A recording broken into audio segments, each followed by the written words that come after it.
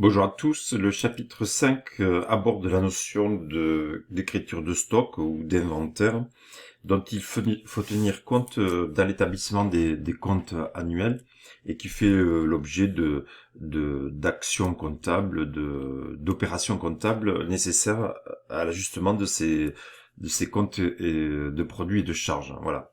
Donc ça correspond à la matière P2.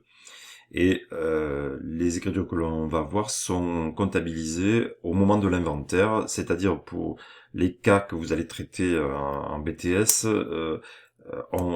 à une date du 31/12. Voilà. Même si les entreprises peuvent avoir des dates de clôture d'exercice comptable différentes, pour le BTS c'est 31/12.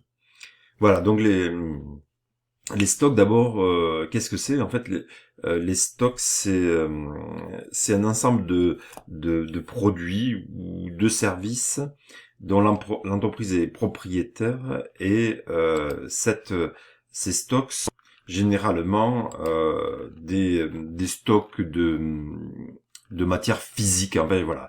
Alors dans le plan comptable, je vous l'affiche pour vous montrer où vous pouvez retrouver les informations. Et bien dans le plan comptable, vous avez toute une rubrique compte de classe 3 qui montre les différentes catégories de stock. Donc évidemment, on va avoir les matières premières.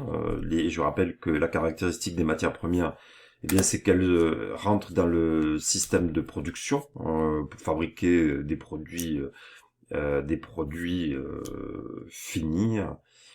Et on va avoir une autre catégorie 32 qui ne nécessite pas d'explication particulière. Hein. On voit bien qu'on peut retrouver les fournitures consommables, les emballages. Donc voilà, en fonction du stock que vous êtes en train de traiter ou comptablement, eh bien on va retenir des catégories différentes. Le compte 33 permet la comptabilisation des produits qui sont des produits ou des travaux qui sont pas terminés au jour de l'inventaire. Rappelez-vous que l'inventaire au 31 décembre, c'est une photo du patrimoine de l'entreprise.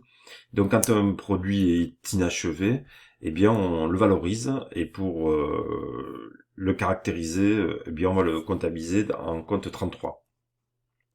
Il y a également des travaux en cours. Si vous êtes sur un chantier, que vous êtes une entreprise de maçonnerie, vous êtes en train de fabriquer des maisons pour un client. Au 31 décembre, la maison que vous êtes en train de livrer n'est pas terminée, donc vous le mettrez en travaux en cours. Voilà, on retrouve aussi, c'est la même chose, 34, cela correspond à des productions de services, c'est-à-dire, par exemple, vous êtes un prestataire de service, vous avez un contrat de prestation pour une analyse sur 4 mois d'une, je sais pas moi, de site industriel, par exemple, vous devez faire une analyse qualité et vos équipes retournent régulièrement dans cette entreprise pour faire l'étude. Et bien, si vous êtes à moitié de l'étude, eh bien, on va pouvoir comptabiliser des prestations de services en cours. Ensuite, les stocks de produits finis, pas de difficulté particulière. Il s'agit de l'ensemble des produits sur lesquels vous n'allez plus intervenir au niveau du process industriel. Et ensuite, les stocks 37, les stocks de marchandises. Bon, comme si vous, en tant qu'étudiant, vous avez peut-être été embauché à Carrefour pour compter les boîtes de conserve. Ben, c'est pour l'inventaire, pour déterminer combien, au dernier jour de l'exercice comptable, combien a-t-on de marchandises. Alors tout ça nécessite, pour la valorisation de ces différents postes, nécessite la mise en place d'un inventaire. C'est-à-dire chaque fin d'exercice comptable, eh bien on doit compter tout ce qui l'entreprise possède au niveau des stocks. Et pourquoi? Ben parce cette opération va permettre de passer des écritures qui va venir valoriser à l'actif du bilan la ligne stock et en cours, ici en valeur brute. Par exemple, si vous avez matières premières, marchandises, etc., eh bien, ce que vous avez déterminé dans l'inventaire, au moment de l'inventaire, va venir incrémenter l'actif, ici. J'en profite d'afficher un bilan avec à l'actif, valeur brute, amortissement, une colonne amortissement, dépréciation et valeur nette comptable, pour vous rappeler que la deuxième colonne montre au bilan la valeur des amortissements et dépréciations, et que la troisième colonne, eh bien c'est la valeur nette, c'est la valeur brute, moins l'amortissement et dépréciation. Donc les stocks vont impacter aussi dans le compte de résultat. Dans le compte de résultat, vous allez retrouver les lignes par exemple pour les achats de marchandises, achats de matières et autres approvisionnements, et en dessous vous aurez une ligne qui va apparaître dans le compte de résultat qui s'appelle variation de stock. Et quand on additionne ces deux sommes ici, l'achat de marchandises et sa variation, eh bien on obtient la consommation. En fait, il faut faire la différence entre ce que j'ai consommé et ce que j'ai acheté. Donc, imaginons que vous avez des boîtes de conserve chez vous, vous en achetez 2, et vous pouvez en avoir consommé 4 si vous en aviez en stock. Donc l'addition de ces deux lignes va donner la consommation de marchandises. Ensuite, pour les matières premières, c'est la même chose. Ici, j'avais acheté 45 900 330 euros de matières premières, mais en fait, j'en ai consommé moins quand j'additionne les deux, eh bien la consommation a été inférieure. Ça veut dire que j'ai stocké des marchandises, des matières premières. Voilà, donc ici, à chaque fois, vous avez une information qui va apparaître sur les stocks entre le bilan et le compte de résultat. Et pour y arriver, il faut réaliser cet inventaire permanent au dernier jour de l'année. Alors ces écritures de variation de stock, elles ne sont comptabilisées qu'une seule fois dans l'année. Donc, ce qui veut dire que ces comptes 31, 37, 35 ne sont valorisés qu'une fois dans l'année. Donc, quand on arrive en fin d'exercice comptable, eh bien, si on a une valeur dans ces postes comptables, eh bien, ça veut dire que l'année passée, il y avait déjà des stocks de marchandises, de matières premières, de produits finis en cours, etc. Donc, il faut, une fois qu'on a réalisé l'inventaire permanent, eh bien, il faut passer les écritures. Voilà, je reviens sur votre cours, le cours du livre que je vous explique. Il y a donc la réglementation sur l'inventaire permanent, elle est fixée par la loi, avec vous avez ici le rappel de la règle. Toute personne physique ou morale ayant la qualité de commerçant doit procéder à l'enregistrement de mouvements affectant le patrimoine de son entreprise, c'est ce que je vous dis. Si vous avez beaucoup de stocks, vous avez un patrimoine élevé, et elle doit contrôler par inventaire au moins une fois toutes les 12 mois l'existence et la valeur des éléments actifs-passifs du patrimoine. Donc l'inventaire physique est un comptage des éléments stockés réalisé au cours de l'exercice, et la procédure d'inventaire physique est formalisée par un document. Voilà.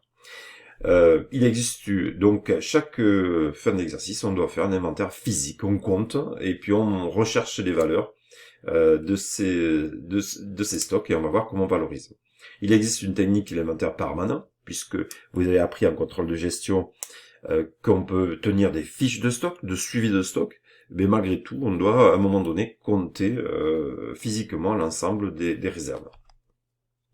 Bon, les stocks sont valorisés au coût d'achat, c'est-à-dire, attention, pas le prix d'achat, au coût d'achat, c'est-à-dire le prix d'achat net des remises, et auquel on va rajouter tous les frais annexes directement affectables à ce stock. Voilà. Si vous êtes dans un magasin, vous avez acheté des boîtes de conserve de haricots, eh bien vous devez, pour valoriser le coût, ajouter les frais de transport, les frais divers et variés. Il existe des stocks particuliers qui sont les stocks de produits finis et le produit en cours, je vous l'ai expliqué tout à l'heure. Eux, on va les valoriser au coût de production, c'est-à-dire ce sont les notions que vous voyez en contrôle de gestion. Donc ce coût de production, eh bien on va intégrer les matières qui ont été utilisées dans la production, et on va rajouter toutes les charges de main-d'œuvre directe, les frais généraux fixes et variables, selon des règles très précises. Les méthodes, vous avez vu en contrôle de gestion que les stocks peuvent être valorisés avec plusieurs méthodes. Bien pour déterminer la valeur du stock final, comptablement, vous pouvez utiliser la méthode du CMUP, coût unitaire moyen pondéré, ou la méthode du PEPS. Je vous rappelle que cette gestion de stock, vous l'avez abordée en contrôle de gestion, Et je peux vous montrer une fiche de stock sortie d'un exercice de contrôle de gestion. Et rappelez-vous que vous avez vu dans vos cours l'établissement de ce type de fiche. Celle que je vous ai présentée ici, eh bien, elle est déterminée au coût unitaire moyen pondéré. Donc quand on prend une fiche de stock ici que pour le mois de septembre, on voit qu'on a un stock initial et on voit à la fin qu'on a un stock final. Donc l'information, je l'ai dans le système de gestion lorsque l'entreprise réalise des fiches de stock. Il n'empêche que le dernier jour de l'inventaire, il faut quand même aller compter combien il m'en reste pour trouver les erreurs, pour être sûr de la valeur du patrimoine. Et le coût utilisé à la fin va être ou le FIFO ou le CMUP. Bon, là, on déborde un petit peu sur le cours de contrôle de gestion, mais c'est pour faire le lien. Donc si on revient à la valorisation, on vient de le traiter, à l'exercice comptable, on va faire deux choses. On va diminuer, supprimer les valeurs qui existaient déjà dans les comptes 31, 32, etc. Dans tous les comptes de stock que je vous ai montré tout à l'heure.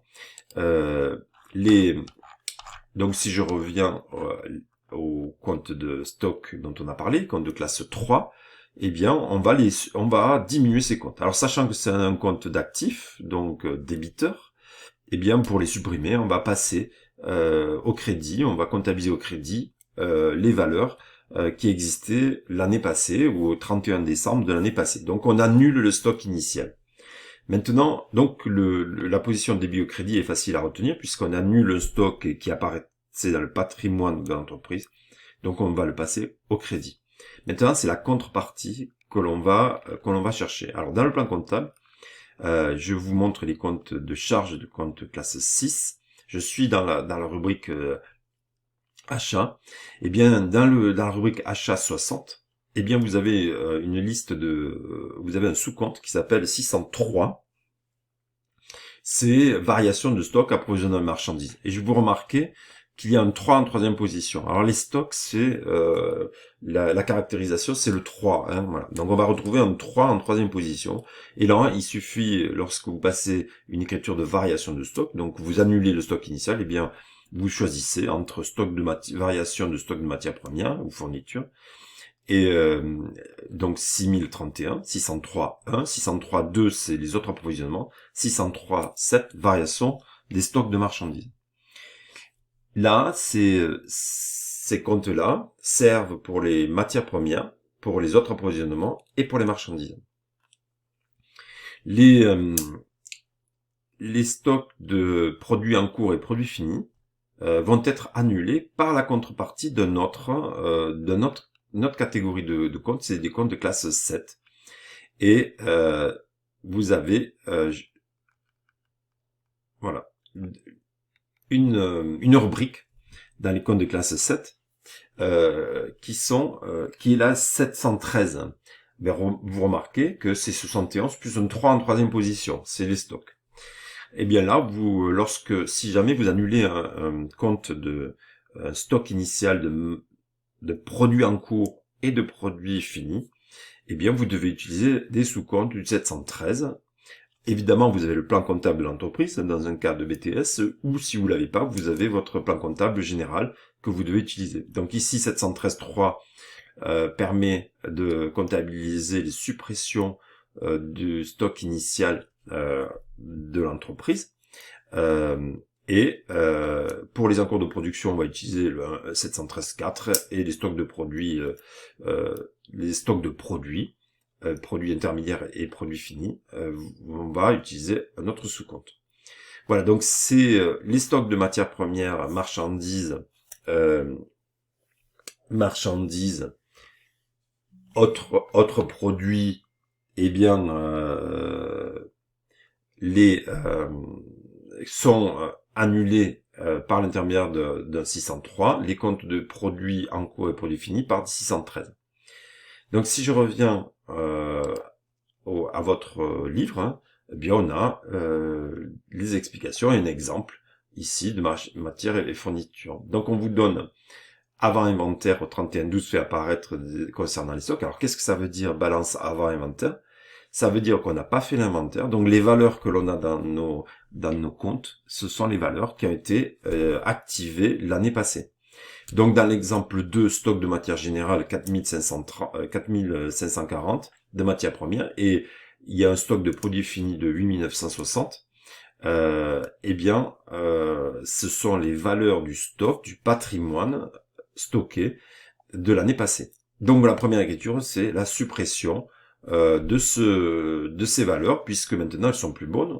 On a fait l'inventaire, on connaît les nouvelles valeurs, donc on doit supprimer le stock initial. Alors comme je vous le disais, on crédite le 311 et on débite les 603.1 pour 4540. En dessous, vous avez dans l'exemple 2, on vous dit... alors, juste avant de passer à la suite, on annule aussi le stock de produits couverts. Là, il y avait des produits finis. Et ces produits finis de 8960, on annule la valeur du stock initial par le 713, comme je vous l'ai expliqué tout à l'heure. Maintenant, on vous explique que le comptage a été fait. Et on a compté tout ce qu'on avait en stock au 31 décembre de l'année N. Donc on a supprimé la valeur du stock initial. Donc maintenant, il suffit par écriture inverse de comptabiliser les opérations. Donc maintenant dans le stock, j'ai 3890 € de matières premières. Donc je vais activer 311 dans le patrimoine de l'entreprise, donc au débit. Je vais activer 355 au débit, et puis je vais utiliser les comptes précédents de la même manière pour équilibrer les écritures. Donc 603 pour 311 et 713 pour 355. Donc tout à l'heure, je vous ai expliqué que quand on voulait connaître les achats consommés, eh bien on pouvait faire les achats et auxquels on tenait compte de l'information du plan comptable pour déterminer les achats consommés. Alors ces stocks, bien parfois ils sont dépréciés. Ça veut dire qu'on a peur. Rappelez-vous, la dépréciation, c'est la constatation comptable de la valeur actuelle. Donc ici, moi j'ai coutume de dire que la dépréciation, c'est la constatation d'une perte probable, incertaine dans son montant ou sa réalisation, qu'on va comptabiliser en compte de classe 9 en deuxième position. Et bien ces dépréciations, comme pour les créances clients, on doit les calculer. Ces dépréciations, c'est par exemple, on a un stock qu'on a depuis longtemps, par exemple, et bien on sait que il est devenu obsolète, sa valeur s'est dépréciée, mais tant qu'on n'a pas vendu ce stock, on peut pas être sûr de la dépréciation. Il y a autre chose, s'il y a eu un dégât des eaux ou quelque chose de ce type-là, une attaque, ça peut être des animaux, enfin voilà, ça peut être n'importe quoi, on peut estimer que ce stock a perdu de la valeur. Donc ce stock qui a perdu de la valeur, eh bien, va générer des dépréciations. Donc chaque année, on va dire, tiens, est-ce que mon stock a perdu de la valeur? Donc on peut faire un tableau de suivi des dépréciations, donc un peu comme les créances clients. On va prendre la valeur du stock à la fin de l'exercice. On va déterminer si l'année précédente il y avait des dépréciations. Quel est le montant de dépréciation que vous jugez utile de comptabiliser et l'ajustement nécessaire. Alors les comptes de dépréciation, c'est des comptes avec un 9 en deuxième position. Donc le stock de matières premières c'est 31, donc là vous rajoutez un 9 en deuxième position et ça fait dépréciation des stocks de matières premières. Les produits finis c'est la même chose et les marchandises c'est la même chose. Si je vous remontre le plan comptable, eh bien les comptes de dépréciation, on les a dans les comptes de classe 3, compte et stock, et si vous allez à la suite des comptes 37 dont on a parlé tout à l'heure, eh bien vous avez les sous-comptes pour les dépréciations.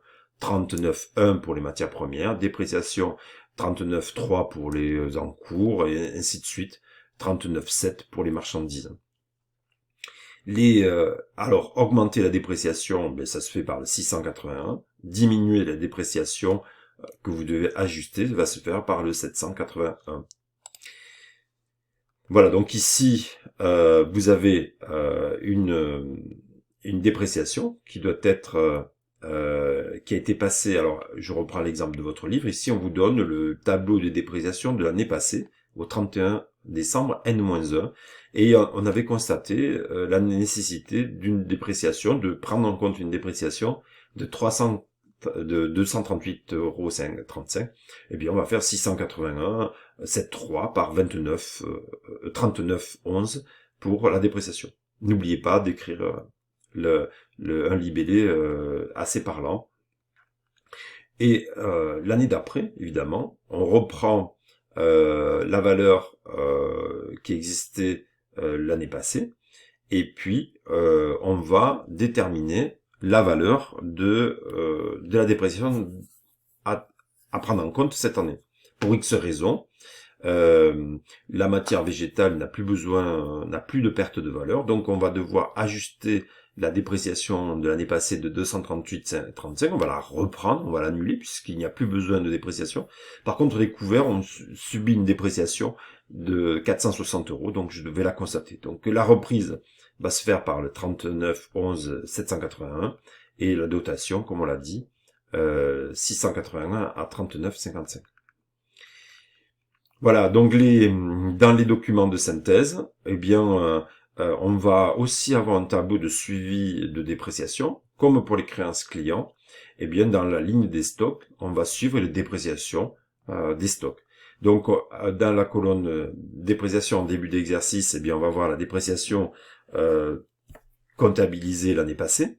Là, la deuxième colonne, c'est les augmentations, c'est les dotations de l'année. Les éventuelles reprises, ici c'était 238, et la valeur de la dépréciation en fin d'exercice. Donc si je reprends le bilan, rappelez-vous, les dépréciations vont apparaître à l'actif du bilan dans la colonne amortissement et dépréciation. Alors là, mon exemple n'est pas lié à votre livre, hein. Donc on aura la valeur brute après inventaire des stocks et éventuellement une dépréciation que l'on juge normal de comptabiliser parce que pour X raisons, dont on doit pouvoir fournir la preuve au commissaire aux comptes ou en cas de contrôle fiscal. Les contrôleurs vont venir voir vos techniques de calcul pour être sûr qu'elles correspondent à un événement réel, hein, et que vous pouvez justifier. Voilà pour les dépréciations. Si on reprend l'exemple de l'exercice corrigé qui vous est fourni dans votre entreprise, de l'entreprise Villagris, eh bien on vous donne un extrait de la balance avant inventaire. Donc ça, sans vous le dire, c'est simplement l'inventaire de l'année passée, puisque pour le moment, tant que vous n'avez pas passé l'écriture, vous avez encore les valeurs de l'année précédente. Je rappelle que ces comptes 31, 35, etc., on n'y touche pas dans les opérations courantes. Dans le P1, à aucun moment, vous n'avez comptabilisé des opérations dans les comptes 31 ou 32, etc., 35, 37. Donc on va le faire après l'inventaire. Donc forcément, on vous donne des informations de départ. Donc ici, il y avait un stock l'année passée de 2000, 3000, 5000 et 7000. Donc, on constate qu'il y avait l'année passée, il a été constaté une dépréciation de 500. Donc l'exercice 1 qui est corrigé, on vous donne, et bien voilà, au 31 décembre de l'année N, on vous a donné, on a fait l'inventaire, on s'est mis à quatre pattes, on a compté tout, les stocks, on est allé dans les ateliers, etc. Et on vous dit, le stock de bois, il est de 5000, alors que l'année dernière, il était de 2000. Quincaillerie, c'est 2000, alors que l'année dernière, c'était 3000, et ainsi de suite, lit, armoire, et on vous dit d'enregistrer les stocks.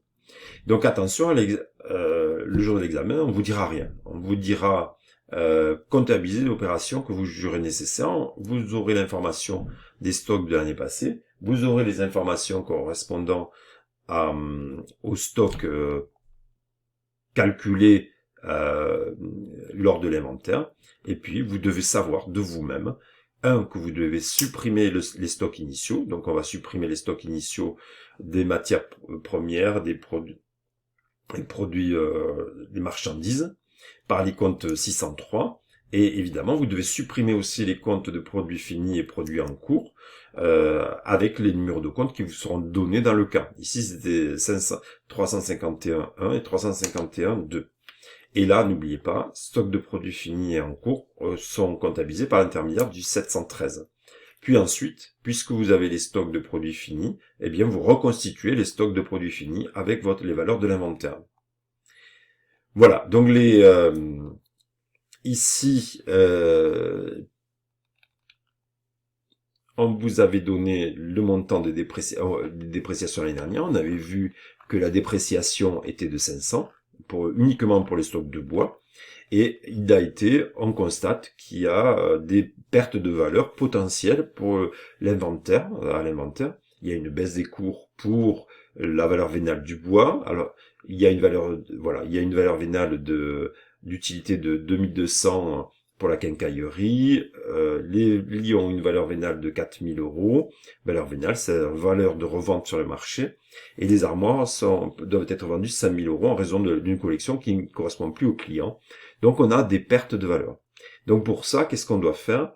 On doit constater un petit tableau, bois, quincaillerie, lit, armoire.